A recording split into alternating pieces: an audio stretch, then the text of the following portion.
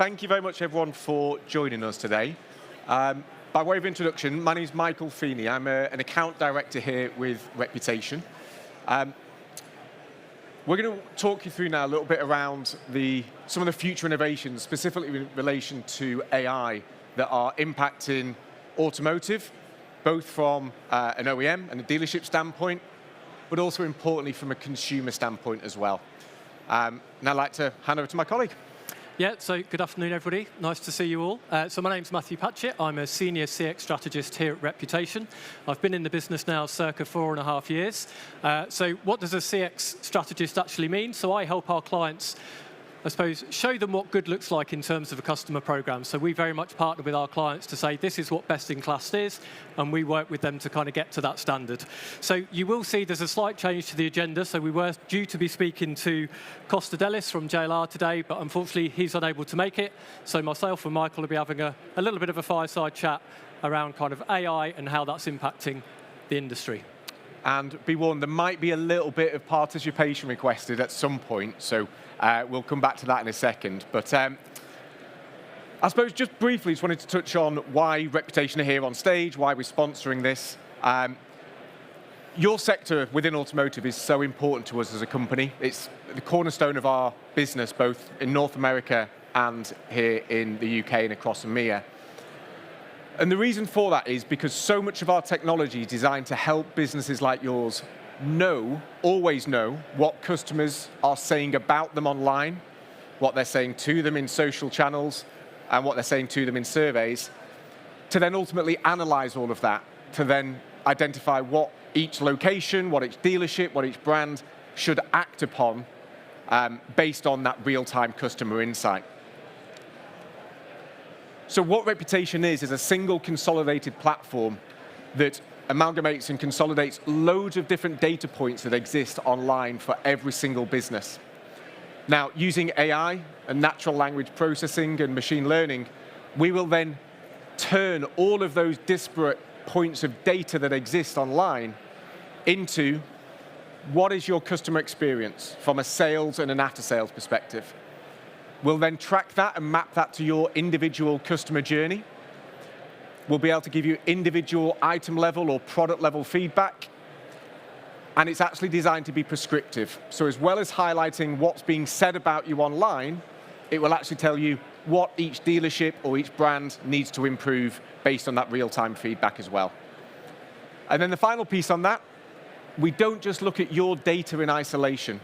We are constantly benchmarking your locations and your brand against other dealerships and other OEMs as well.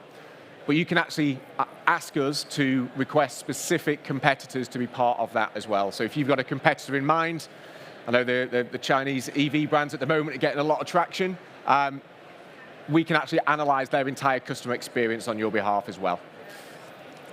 And I think it's because of that we are able to partner with so many different OEMs and individual dealer groups. I think numbers down here, 10,000 plus dealerships, 17 major OEMs have chosen Reputation to be that single point of all customer feedback that exists both online digitally, but also in their customer experience and voice of customer programs. Super, thank you. So as part of this, we want to focus kind of on the consumer lens and what it means for the consumers when they're trying to find you as a business. But before we jump into that, Michael, what would you say is the major impact regarding the rise of AI within the sector of auto retail? Yeah, I mean, I think so much of the AI focus is on around the AI from a driving experience, which I think is, of course, vitally important. But there's actually a lot more practical things that can be done more day to day. I remember my head nearly fell off when I was in the States and I got in my first fully autonomous AI-driven car, a Waymo vehicle. It was a complete shift away from what I was used to. But I think lost in and amongst all of those major changes that are happening out there is some of the more tangible and influenceable things that a dealership can do and that also that AI is having. If you think now about how consumers find information, the first place they go is a Gen AI tool. They're looking to compare brands, compare models, compare vehicles. And then they're actually trying to decide whether they're going to buy from location A or location B. And that's completely shifted the entire search model and the AI model on its head. It was only in September that Google was going through a bit of a legal wrangle about the monopoly, or the supposed monopoly that they had on the market. The judge ruled in Google's favor. And the reason for that was that the growth of AI and LLMs has reduced the impact of local search to such an extent that it is now less of a monopoly for Google in terms of how consumers can find information. Super. So on the AI kind of summary overview piece and the AI tools that Michael has mentioned, we just chose 3 different brands at random, and we asked these different tools, so Copilot, Gemini, and ChatGPT, to summarize what their customers are saying about them from reviews. So we've kept it free of auto. We didn't want to go into that space. We have to tread carefully. So we've gone for Ryanair, IKEA, and McDonald's. So the first one, this is where we want to try and do a little bit of interaction if we can. We're conscious we're post-lunch. We're on the graveyard shift. So Ryanair, does anybody want to have a stab at what their reviews, what all that online content says about them? So we asked for 3 kind of key points. Anybody want to volunteer, have a stab at what you think comes out? Come on, I can see you're tempted to go. Personality. Yep. Okay, anybody else? Personality and a little bit of a sense of humor from the way that they handle and engage on social channels, if anyone's seen that. When they do drop the ball, which quite often they do, they're normally pretty jovial in terms of how they respond, yep. Anybody else? Come on, there we go, thank you. Ooh. Poor customer service, okay, yep. Oh, sorry, I've got a microphone now. What was it again, sorry? I just said poor customer service, Poor customer lots of delays. Yeah. Let's have a look. Okay. So we've got cheap, chaotic, and inconsistent. And I think based on probably everyone's flown with Ryanair. Yes, it is cheap, but my goodness, it can be chaotic. And the service delivery is inconsistent. So I think that kind of rings true with the room. Just moving quickly on to IKEA. Anyone got any opinions, strong or otherwise, on IKEA? I'm going to give a little spoiler. There is self-assembly is mentioned around IKEA. So for IKEA, it's affordability, assembly required, and functional design as well. Finally, golden arches, McDonald's.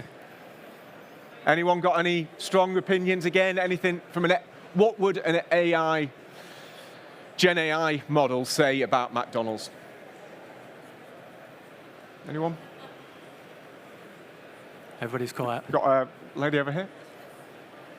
Delicious. Let's have a look. Maybe delicious? Could be delicious. Yeah. Interestingly, that isn't one of them. Certainly from a delivery standpoint, cold, missing items, and unhelpful was what it came out to on that one.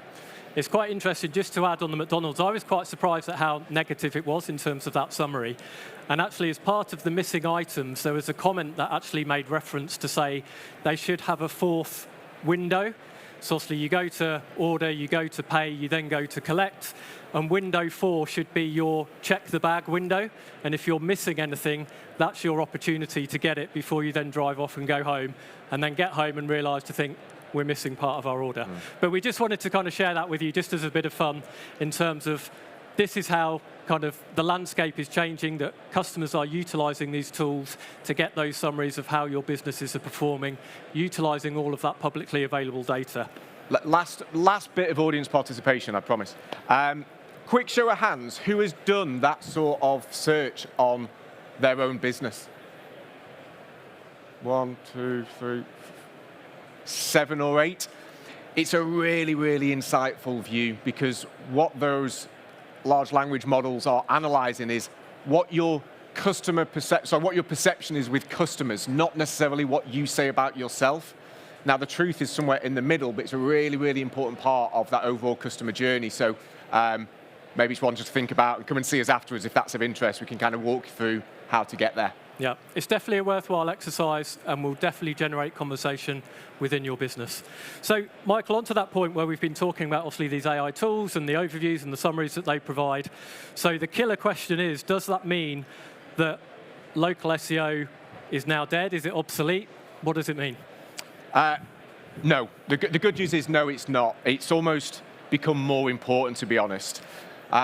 Having fully optimized Google business profiles is so much more than just having up-to-date opening hours. We're talking here about fully optimized profiles from an AI standpoint. So what are the reviews out there? What are they saying about you? All of that contributes. But as well as that, your dealership's online reputation is a massive factor and heavily influences both the large language models on the left-hand side, but also impacting local SEO as well. There's actually a recently published article which will be coming up in 5-10 seconds, something like that. Wasn't done by us. White Spark have produced this. But what it shows is that reviews have increased in importance for both local SEO, but also they're the fastest growing metric from an AI standpoint as well.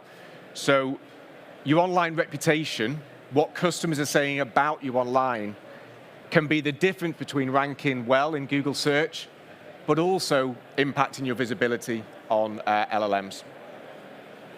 And it's worth saying, obviously, we're talking about innovation, but obviously your reviews will be driven by the customer experience that you provide. Obviously, within this hall today, there are Chinese brands that are coming into the market. They are extremely competitive in terms of the product quality. They are extremely competitive in terms of the price. And actually, customer experience can become the differentiator. So in terms of the experience that you offer to your customers can set you apart. So it's really important to look at some of those fundamentals in terms of actually how you operate within that space. What does good look like to you, and how do you ensure that you consistently deliver that? And we talk about AI, and obviously people worry about actually what does that mean in terms of jobs, etc. But actually your people are still going to be key, and ensuring that you recruit people with the right behaviors, the right values, that convey that experience in the way that you want them to. Ultimately, people buy from people, so your people are still fundamental, but you need to kind of get that blend of the two. Okay. So we talk about, obviously, the AI summaries, SEO. So how is this changing customer behavior?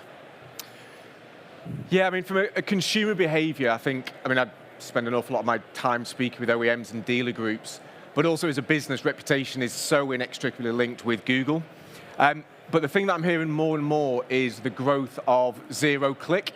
Now, I say this with a bit of a smile because depending on how long you've worked in this particular sector, this might not be the first time you've seen a rise in zero-click searches. The first big one of those actually was in 2016 when Google started launching the changing the search engine results pages to focus more on local SEO. And at that time, around 50% of consumer searches was zero-click, meaning the consumer got the information they needed and they didn't click through to your website. Now, with the AI-enabled consumer, that's increased again. So currently, we're operating at about 60% of searches end in zero-click. This shows no sign of changing. This is only going to increase as time goes on.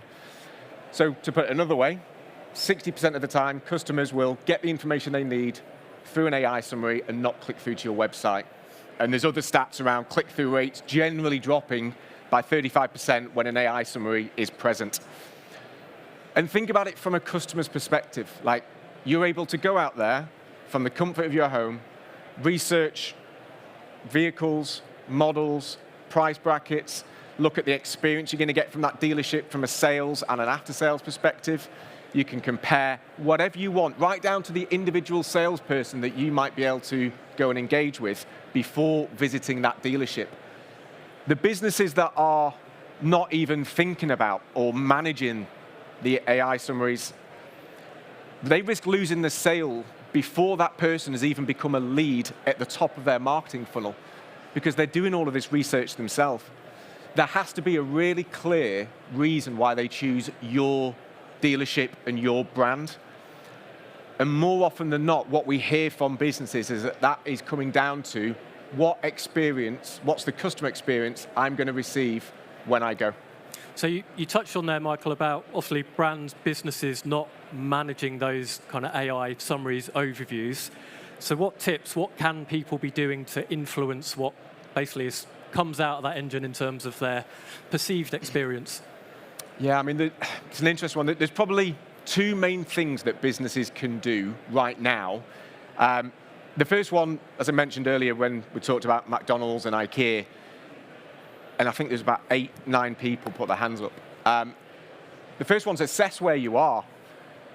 And then the second one is start influencing what you can. So let's break that down a little bit more. So from an assess where you are, take the time to think about how you or your business is actually serving that modern AI-driven consumer. Does your customer journey work for them? Put yourself in their shoes. Walk through what their buying journey would actually look like using AI and local search. Are you winning or are you losing that battle straight away? But then don't just do it for your own brand.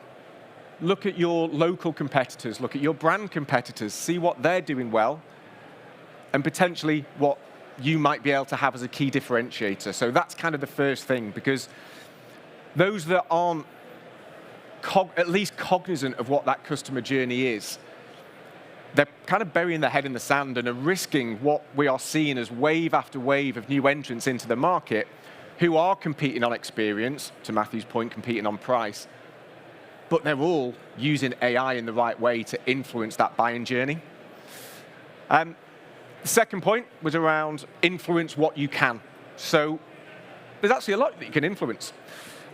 We've talked about the growth of zero-click, about the importance of your reputation being the bedrock for both AI summaries and local search. But just that proactive management is more important for your online reputation today than it ever has been before.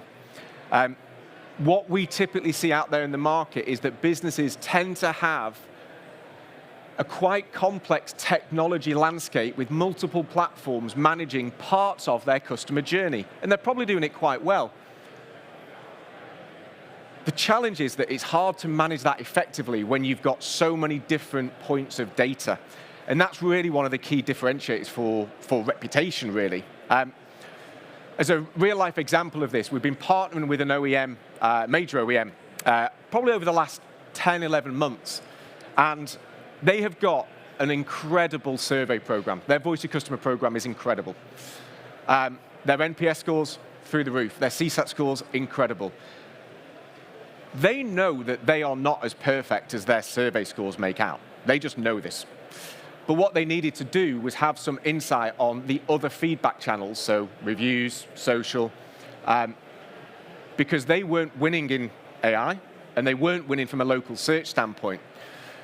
So what they've done is they've used our platform to consolidate that existing incredible survey data with what the true perception is of consumers out there in the marketplace from public-facing review channels. Now, in the pilot we've done, we started off with about 50 sites, something like that, but they've been able to identify what points of friction their consumers or customers have been facing that have led to negative online scores. And then they've made changes as a result of that, and their scores have gone up. They've improved their search visibility and their visibility from a Gen AI perspective as well. So it's had like a double bubble impact. So I think, long-winded way to answer it, but I think the final piece would be that ideally dealers and OEMs would have a single platform to manage every interaction of consumer feedback, whether it is left to you in a survey or whether it's left about you online. That's kind of like the big 2 or 3. Super, thank you. And to add, so when Michael was giving his answer there, he mentioned kind of customer journey, buyer's journey a few times. And I think as part of this innovation, sometimes, I suppose a lot of the elements or foundations of CX have been kind of long-standing for a number of years. And I think it's really important as part of your journey is that you live it. So as dealers, as OEMs, I'm going to ask as a show of hands, how many people in this audience are fortunate to get a branded vehicle because of the place that they work? I'd imagine there's a few.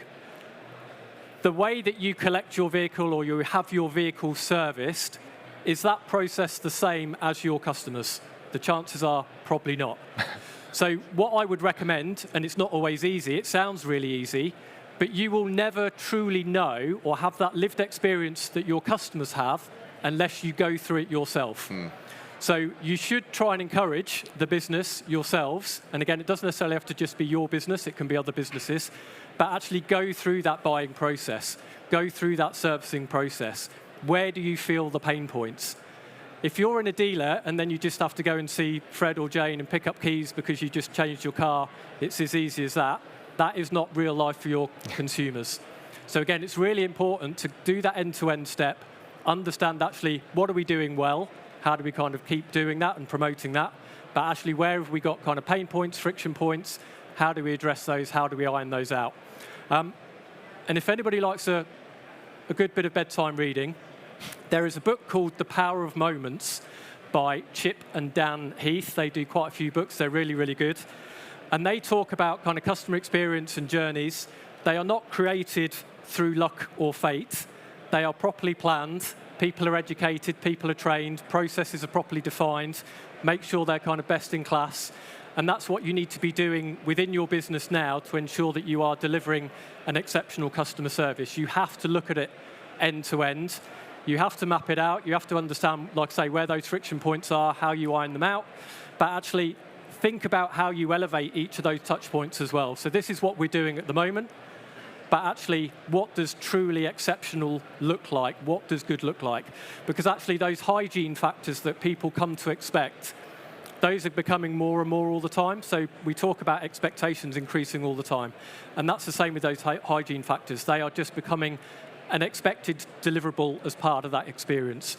So it is around how you kind of keep reviewing your organisation, what you're doing and how you can step it up. And again, your people will be key about that. Customer experience is all about the emotion, how you make people feel. So again, your people are really key. And the last point, I suppose, from my perspective as part of the people, is think about actually how you work with those areas within your business that aren't at the coalface, so they're not kind of customer facing. So your HR, your people teams, what behaviours, what values have you got within your recruitment process to ensure that you're getting people within your business that are truly customer-centric, that really put the customer kind of at the heart of everything that they do. Think about your marketing. Actually, if something goes out and your product description is slightly wrong, that will have an impact on customer experience. So engage with those elements of the business as well. This is how you support the customer journey. This is how you impact that experience if it goes wrong. So we talk about innovation, but there are some things that have been, like I say, around for a long time that you need to consider and that you need to factor in when you're looking at CX. Okay, so we are covered our session for today. So thank you very much, everybody, for your time. We have left a few minutes for Q&A. If anybody's brave enough, has any questions, or you can come and ask us at the end, or we are over in our stand as well if you want to go through anything in more detail. Does anyone have any? Okay, Yeah, we've got a couple of question. questions. Should we go with the gentleman here? Thanks. Hi.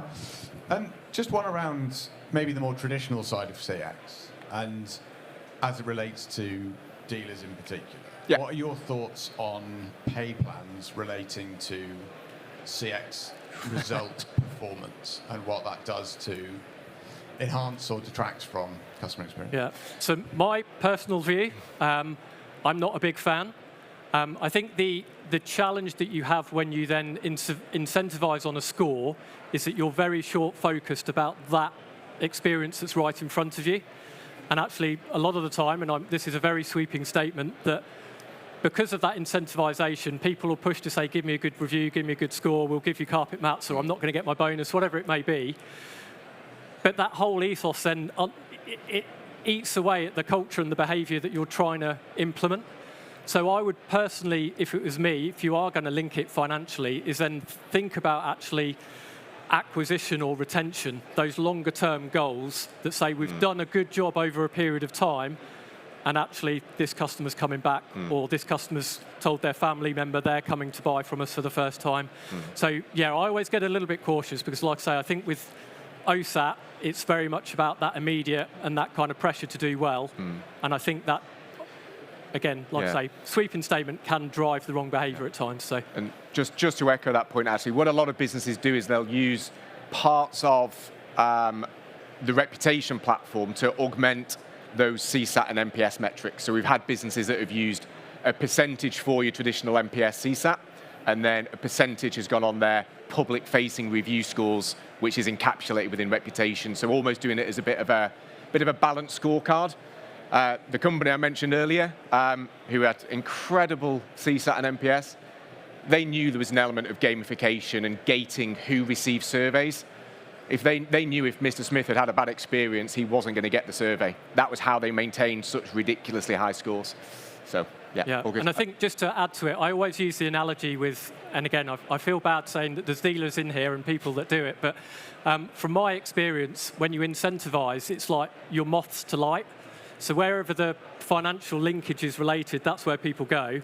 You turn that light off or you put another one on, they kind of forget everything that they're supposed to be doing and they just go to where the new light is and where the new money is. Yeah. And you want to obviously try and build a culture and an ethos where actually we're getting it right consistently at every point. It shouldn't be, we're going to focus really well on this bit because we get paid to do so. So, I feel like there's an element of knowing, nodding going on there as well. I think there was a question from the lady in the middle as well. Just the third row. Thanks. Thank you. Hiya. On one of your slides, it mentioned that website visits have been decreasing, whereas a lot of OEMs are currently investing more than ever in their website and digital marketing. What sort of data or what sort of research have you been looking into where visits have been seen to be going down instead of increasing traction on? So this is all down to the growth of zero-click searches. So consumers are able to get the information they need either via a Google business profile, so looking at the dealership, opening hours, address details, reviews, scores, is the dealership engaging with feedback? They can get that from a local SEO standpoint. The other way is through the AI summaries. I could very well go through and make a decision as to whether I was going to buy BYD, Xpeng, just because our stand's near theirs, BYD, Xpeng, Mazda, or JQ, without ever visiting their websites. Type it into an AI summary, use the right prompts, come back with a table. I can do that entire customer buying journey without ever visiting their website.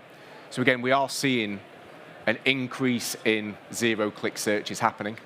And there was one example whereby a different OEM that we partner with said that they were getting somewhere in the region of about 1,000 clicks a month from the main dealer website, and they were getting about 3,000 a week from their Google profile.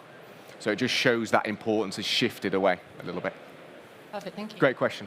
And I think, has we got one at the back as well? Yeah, there's a lady at the back. Thank you. Hiya. Hi. So my question is about reviews, and you were saying that reviews are kind of driving more and more visibility in the AI searches. Is there a particular platform that's better, that's driving more than another? Is Trustpilot better than Google, or? The Trustpilot guys have actually just left. They had to get a train at 2:30. So we had a good chat with them before. It depends on the industry, and it depends on the customer's buying journey. Again, when I said earlier about putting yourself in your customer's shoes, if you were to think about finding a local business, I would bet my house that it's starting on Google. And that's where we suggest focusing most of the attention, because it has the highest impact on both LLMs, but also from a local search standpoint. So it's about winning in both environments. And again, now, Trustpilot is important, absolutely. But so is Auto Trader. If it was a different industry, it would be TripAdvisor. There's also FIFA. There's hundreds of review platforms. One of the reasons why businesses partner with us is because we consolidate all of those platforms into a single place. So rather than having to manage a Trustpilot, a Google, a Facebook, a Reviews.io, Auto Trader, and so on, everything's done within reputation. But I think ideally you want, it sounds obvious, you want that commonality across wherever people go, whichever review platform that you look good in any place. That is obviously the ideal, but to Michael's point, Google are a juggernaut, and so many people will find you there. So, yeah. Any other questions? Are we good? Good. No? Okay. Well, thank you very much for joining. Thanks for your time, everybody. Cheers.